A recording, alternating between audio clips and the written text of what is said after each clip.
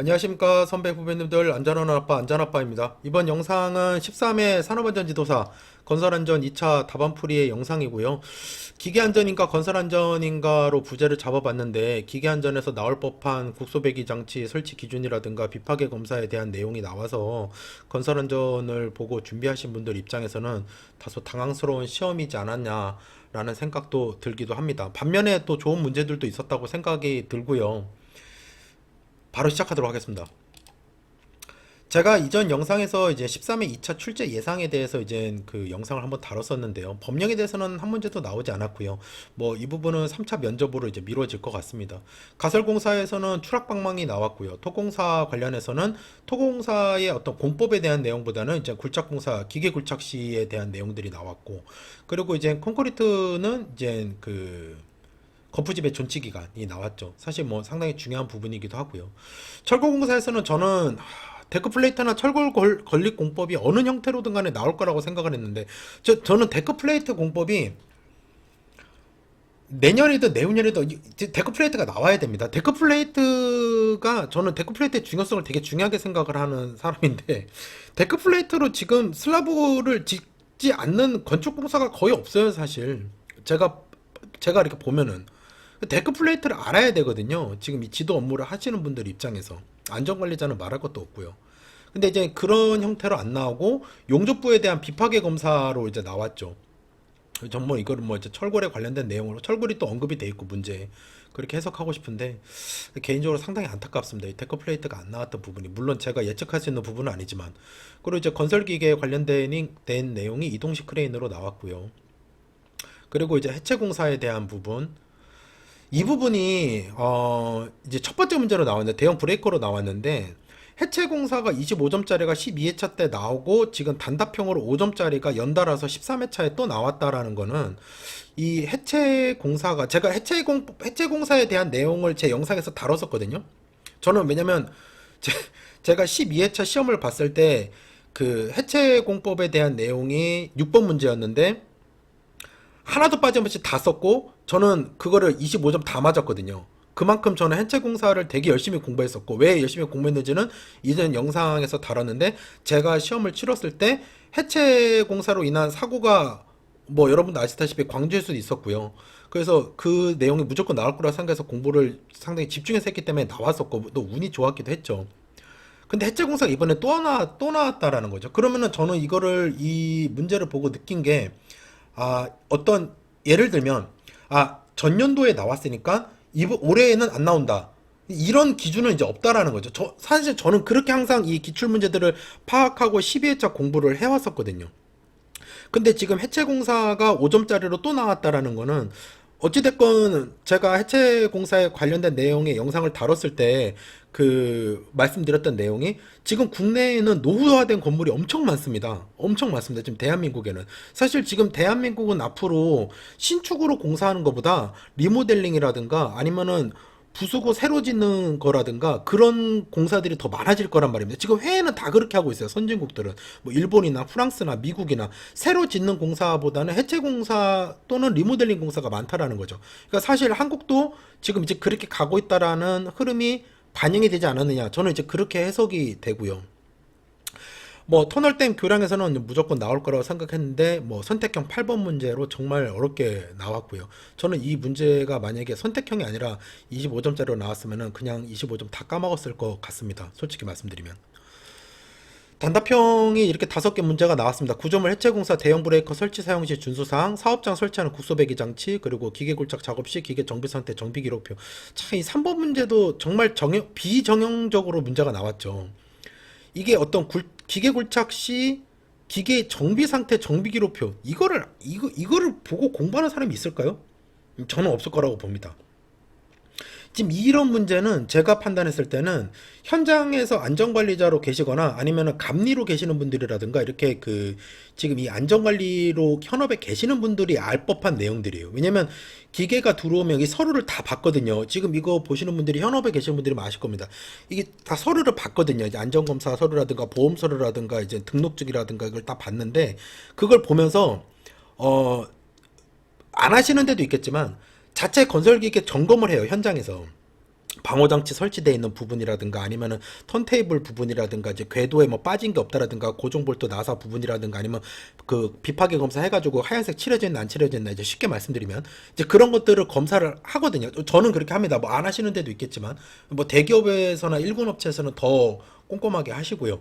근데 이제 그런 거를 하는 분이 작성할 수 있는 부분이죠. 아니면은 이거에 대한 이 고시 내용을 봤다라든가. 근데 이것까지 고시 내용을 찾아서 볼 수가 없어요. 아시다시피. 이건 정말 지엽적인 문제죠, 이게.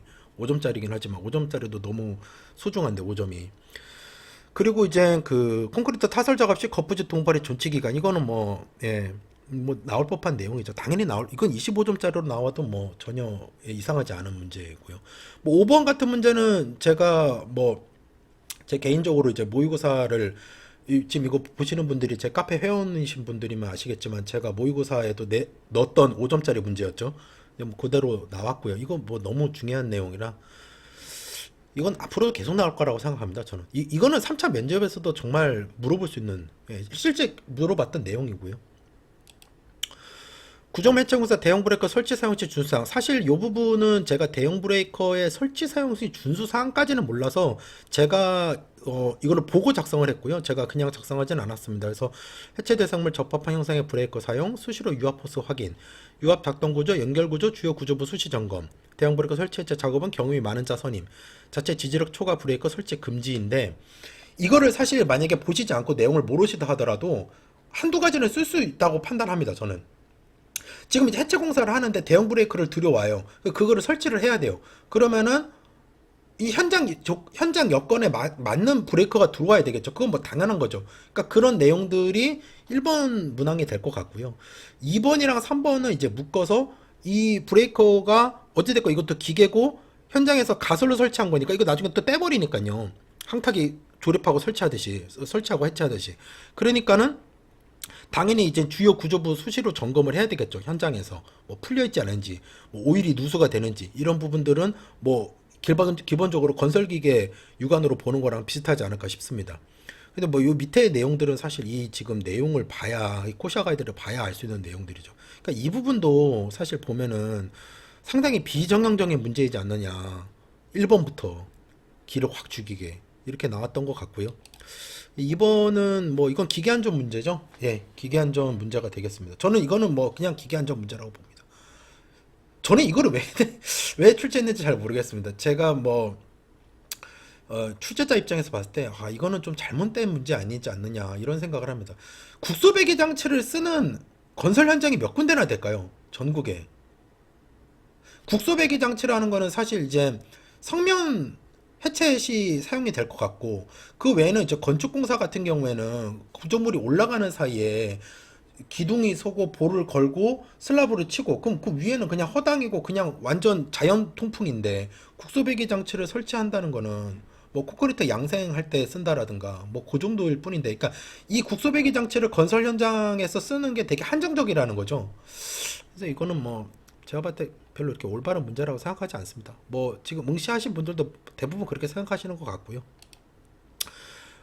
기계 굴착 시 작업이 기계 정비 상태 정비 기록 앞서 말씀드린 것처럼 이거는 이제 정말 현업에서 계시는 분들이 통밥으로 쓸 수 있는 문제 아니면 이것까지 다 꼼꼼히 공부를 하신 분들이 쓸 수 있는 문제. 그래서 경보에서 경보장치 설치 작동 상태, 타이어 또는 궤도의 상태, 부속 장치의 상태, 브레이크 클러치의 상태, 헤드가드 설치 상태, 방호장치 설치 상태 요 내용들이죠. 예. 근데 제가 봤을 때는 이 문제 같은 경우에는 유사하게만 써도 어느 정도 점수는 가져가실 수 있을 거다. 저는 그렇게 판단합니다. 예. 굳이 이 코샤 가이드에 있는 거 문 그대로 작성해야지 5점을 다 맞지는 않을 것 같다는 생각이 듭니다. 저는 그렇게 생각합니다. 저도 실제로 그렇게 점수를 맞았고요. 제가 그 우리 기준이나 고시에 있는 내용을 토시 하나 안 틀고 똑같이 써가지고 5점을 맞은 게 아니라는 거죠. 그 핵심 단어들이 있거든요. 딱 맞아 떨어지는 단어들. 그것만 들어가 주면은 사실 5점을 다 획득할 수 있지 않겠느냐. 뭐 굳이 지금 이 문항에서 핵심 단어를 말씀드리자면은 뭐 경보장치 될 거고요. 부속장치, 브레이크 클러치, 헤드가드. 요게 지금 핵심 단어가 되겠죠. 뒤에 쓰는 이제 전며 같은 경우는 이제 쓰기에 어미는 쓰기에 따라 다를 것 같고요. 콘크리트 타설 자가지고 거부지 동발의 존치기간 영향 세 가지만 쓰죠. 저는 사실 이제 콘크리트 같은 경우에는 뭐 너무 중요하기 때문에 콘크리트랑 가설이랑 건설 기계는 토공사 포함해서 메인이기 때문에요. 이제 가장 이제 기본적이기 때문에 저는 이거 그냥 제가 줄을 그대로 바로 쓴 겁니다. 이거는 뭐 제가 아는 내용 그대로 그냥. 그래서 부재가 받는 하중 크기 종류 그리고 콘크리트 내부 온도 차이 뭐 이게 엄청 중요하죠 이 부분이. 그리고 당연히 뭐 시멘트 종류 고르슬래그냐 뭐 보통 시멘트냐 그리고 콘크리트 배합 예, 너무 중요하고요. 그다음에 압축 강도 뭐 요 정도 쓸 수 있을 것 같습니다. 저는 이 문제 나왔으면 되게 많이 쓸 수 있었을 것 같습니다. 왜냐면 이렇게 쓰고 옆에다가 뭐 그림을 하나 그린다더라든가 아니면 표를 하나 그린다라든가 표도 이제 그림으로 해석이 되니까요. 뭐 시멘트 종류 같은 것도 쭉 써볼 수 있을 것 같습니다. 시멘트 종류 뭐 우리가 아는 대로 말씀드리면 여러 가지 있지 않습니까? 네. 그러니까 이제 뭐 그런 거 시멘트 종류를 하나 쓴다라든가 그러면 여기에서 다소 미흡한 부분이 있어도 점수를 이제 만회할 수 있는 그렇게도 들어갈 수 있고요. 그리고 저도 이제 들은 얘기인데 이제 이 채점 위원분들께서 뭐 0.5점에서 1점 정도는 또 이제 재량껏 쓸 수 있는 그게 있다 하더라고요. 그게 마이너스가 될 수도 있죠. 그래서 그런 내용들로 조금 이제 가져갈 수 있는 부분이지 않겠느냐 이렇게 판단이 되고요. 저는 개인적으로 되게 좋은 문제라고 생각합니다. 저는 개인적으로는 예.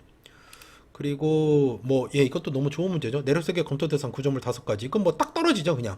그러니까 이런 문제들이 기존에 이제 그 공부하시는 분들 입장에서 생각했던 문제죠. 내가 공부한 대로 딱 나오는 그리고 정답이 딱 떨어지는 기둥이 타입 플레이트 이음부 현장 운전 단면적 현저한 차이 높이 20m 이상 구조물 폭과 넓이 1대4 이거 딱딱딱딱 떨어지지 않습니까? 유해 위험 방지계에서 그 조건 대상처럼 그런 것도 딱딱 떨어지지 않습니까? 그 설치 대상이 그러니까 그런 것들인데 뭐 요거는 이제 뭐 점수 받으시라고 낸 문제이지 않느냐 그렇게 판단합니다.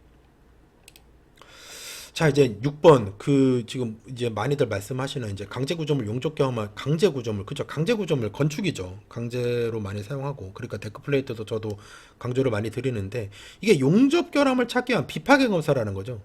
근데 이 비파괴 검사를 현장에서 지도사가 하냐? 안 하죠. 지도사가 비파괴 검사를 어떻게 합니까? 비파괴 검사원도 아닌데. 그리고 비파괴 검사 업체 엄청 많습니다. 되게 쉽게 찾을 수 있고, 부르면 거의 바로 오세요. 예, 뭐, 현업에 계신 분들 아실 겁니다. 그리고 되게 잘하세요. 그거를 업으로 하시는 분들이니까.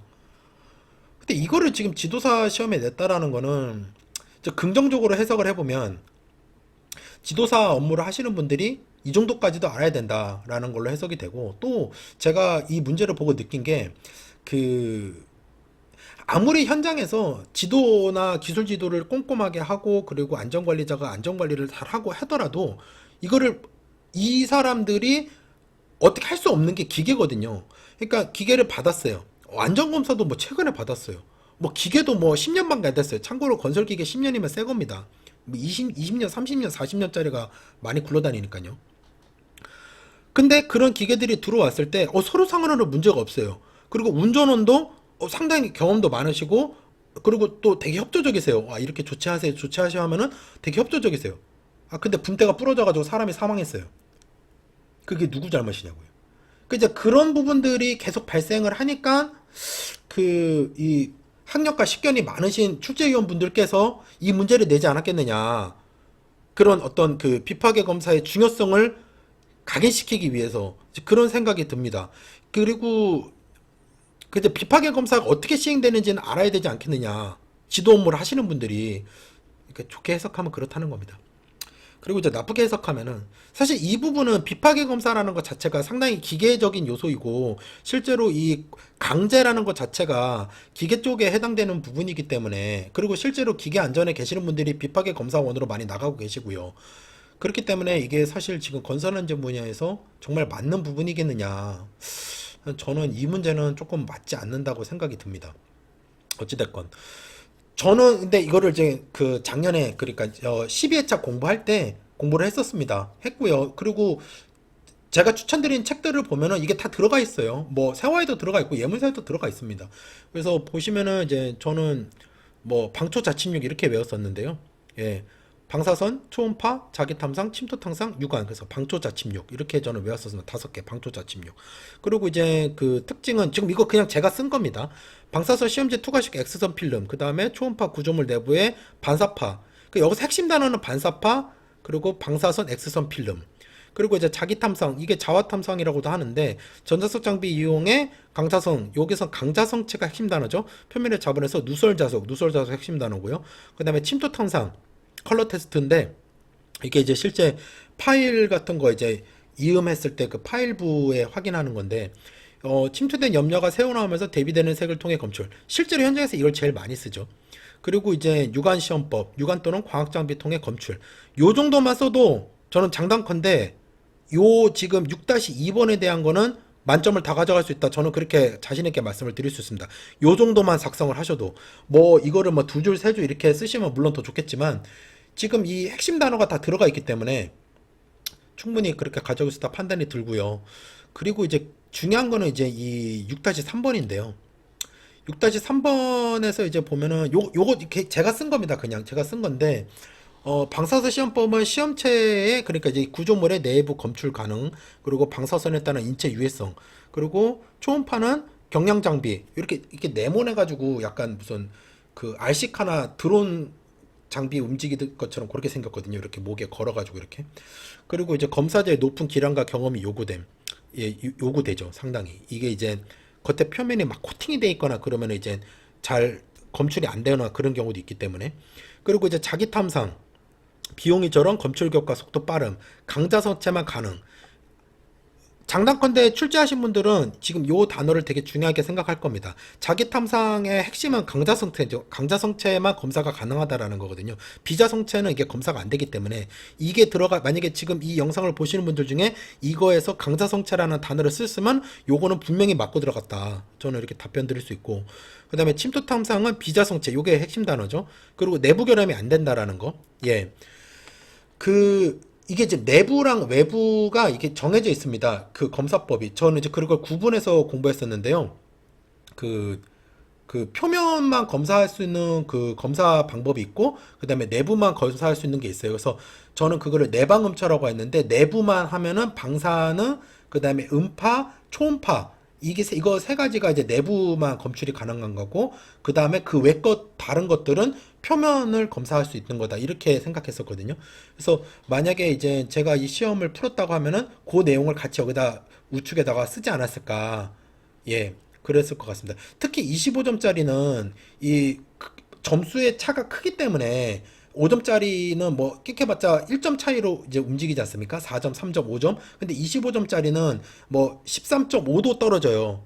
저는 그렇게 받은 그 문항이 있었거든요. 13.5, 뭐 12.5 이렇게 떨어진단 말이죠. 근데 0.5점, 1점 차에서도 점수가 달라지고 합격의 당락이 결정이 되기 때문에 25점짜리는 무조건 옆에다가 본인이 이거 문제에 관련된 게 있다 그러면은 그냥 무조건 다 써야 된다. 관련된 문제, 자기 아는 내용이라고 하면은. 그래서 저 같은 경우는 그 지금 표면이랑 그 다음에 내부의 검출이 가능한 그 방법을 이제 저는 이제 그걸 알고 있는 부분이니까 이제 물론 이제 뭐 방사선이나 초음파에 대해서는 이제 디테일하게는 제가 잘 모르지만 그래서 그런 부분을 제가 쓸 수 있지 않았겠느냐 그렇게 생각을 하고 PH18 용접부의 검사 때 활용한다 뭐 이런 것들도 이제 이 채점하시는 위원분들 입장에서 봤을 때 아 이분은 이게 지금 건설 현장에서 이거를 어떻게 활용하는지 아는 분이구나 이렇게 판단해서 그게 1점이든 2점이든 더 플러스 될 수 있는 요인이 될 수 있지 않겠느냐 이렇게 생각을 합니다. 유관시험법은 뭐 육안으로 보는데 신뢰성이 어디 있겠습니까? 그냥 뭐 보는 거죠. 그래서 신뢰성 확보가 어렵죠. 그리고 근데 저렴하고 기본적이고. 다음은 이제 그 뭐 이건 뭐 정말 예상되는 문제라고 생각합니다. 뭐 개구부, 낙하방지망, 추락방지망, 그리고 가설통로 뭐 이런 것들은 그냥 항상 이제 기본적인 문제이기 때문에 달달 외우셔야 되는 문제이기 때문에 안전난간 플러스. 그래서 뭐 개구부 방호조치 준수해상은 안전보건 규칙에 나와 있는데 이거는 제가 쓴 겁니다. 이건 제가 그냥 문제를 보고 그냥 쓴 겁니다. 그래서 뭐 어두운 곳에 개구부임 알 수 있도록 표시, 그래서 형광 테이프, 추락위험 표지 설치 이렇게 될 것 같고 개구부 방호 조치는 충분한 강도의 재료로 경고에 설치할 것. 그리고 덮개를 개구부 덮개를 설치할 시 뒤집혀지거나 쉽게 파손되지 않도록 설치, 현장에 폐자재 등으로 사용 설치 금지. 뭐 이렇게 저는 이렇게 썼습니다. 이렇게 쓸 것 같고 뭐 만약에 추가로 더 쓴다고 그러면은 뭐 개구부 덮개나 개구부의 방호 시설 같은 경우에는 뭐 매일 또는 수시 현장에서 이제 그 유경 여부나 긴결 여부의 확인이 필요하다. 뭐 이런 내용도 같이 썼을 것 같습니다. 그리고 이제 뭐 나머지 현장 작업 발판 설치하기 곤란하고 추락 방어막. 그러니까 이 앞에는 다 필요가 없는 거죠. 지금 이 앞에는 필요가 없는 겁니다. 이 앞에는 필요가 없고 뒤에만 보면 추락 방어막 설치 기준 세 가지. 이거는 뭐 공부 좀 하신 분들이라면 그냥 당연히 바로 쓰실 수 있었겠죠. 근데 이거는 이제 제가 쓴 건데요. 뭐 좀 다를 수는 있습니다. 근데 이제 뭐 작업면에서 가장 가까운 지점에 설치할 것, 작업면으로도 수직선상 10m 이내 설치할 것, 그리고 이제 수평으로 설치할 경우 망에 처지면 짧은 무게 12% 이상 되도록 할 것. 이게 왜 쳐져야 되는 건지는 아시죠? 예, 뭐 설마 이제 지금 이 영상을 보신 분 중에 그걸 모르시는 분들은 없을 거라고 생각이 듭니다. 그리고 건축물 또는 외부 비계 외부로 설치 시에는 추락방 내면 길이는 3m 이상이 되도록 할 것. 이게 이제 그 낙하 방지망이 2m인데 헷갈리면 안 됩니다. 그래서 요 내용이 있고요. 그 7번은 사실 뭐 그냥 딱딱 떨어지는 문제죠. 이게 이제 보통 응시생분들이 생각하는 문제의 유형이죠. 요렇게 출제를 되기가 원하는. 예. 그리고 이제 다음 같은 경우에는 저는 제가 8번은 아예 넣질 않았어요. 저는 8번은 답변을 못 쓰겠더라고요. 답변, 뭐 8번 문제 아시지 않습니까? 이제 교량의 경제적 장점. 그걸 어떻게 알아요, 제가?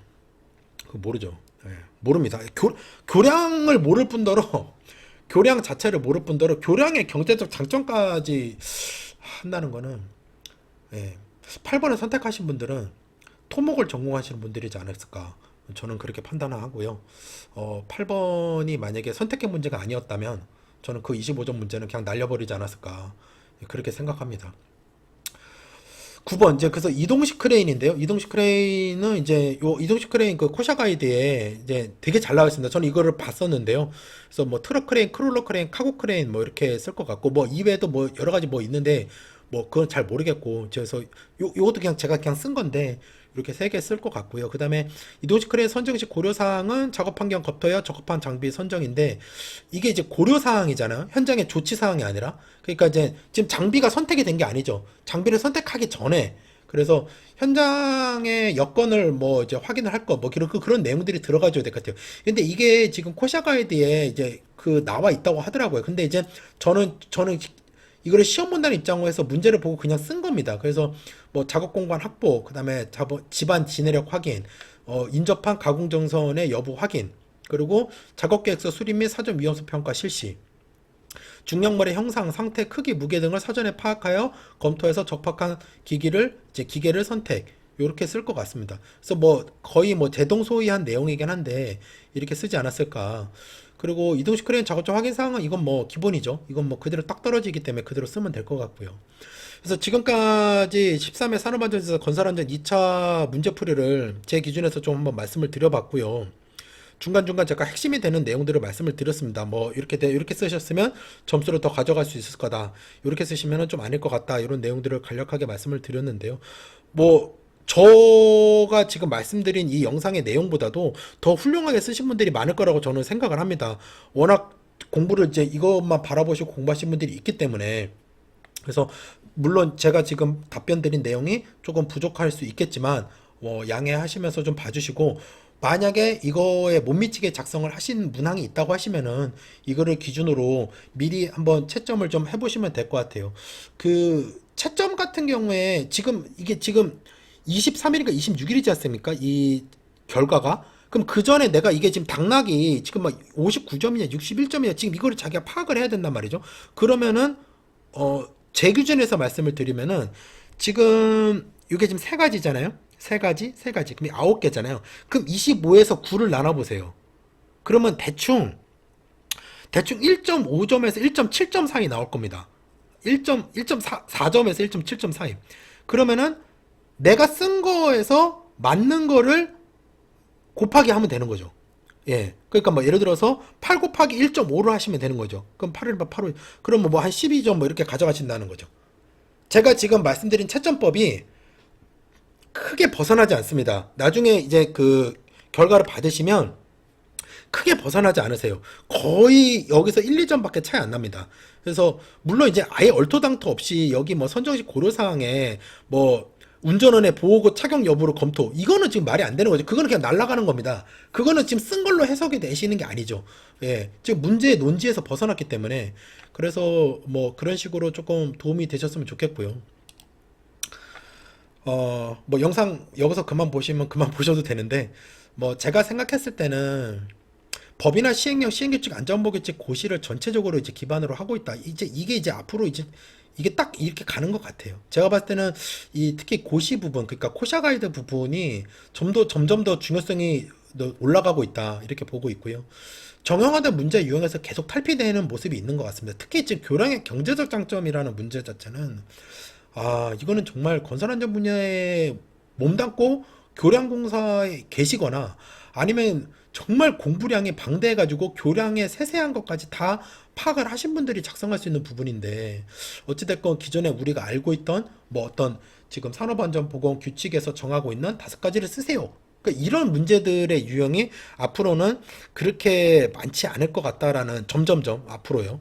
그렇게 생각이 들고, 이제 건설 분야인데 건설 분야에서 기계에 해당되는 분야는 앞으로도 나오지 않겠느냐, 그렇게 해당이 됩니다. 저는 이번에 13회차 시험이, 저는 그 개인적으로 유튜브 영상이나 그리고 블로그를 운영하는 입장에서 이런 어떤 앞으로의 출제 방향에 대한 부분들도 계속 좀 보고 있거든요. 그렇기 때문에 어, 지금 이게 현 정부 들어와서 처음으로 시행했던 산업안전지수서 2차 시험이 있는데, 앞으로 현재 정부에서 나오는, 그러니까 14회차, 15회차 시험에서 대한 부분들도 지금 이 13회차 시험에 대한 내용이 조금 바로미터가 되지 않겠느냐, 이런 생각이 들었습니다. 아무쪼록 이번 영상에서 보시면서 좀 도움이 되셨으면 좋겠고요. 시청해주셔서 감사합니다. 열심히 하겠습니다.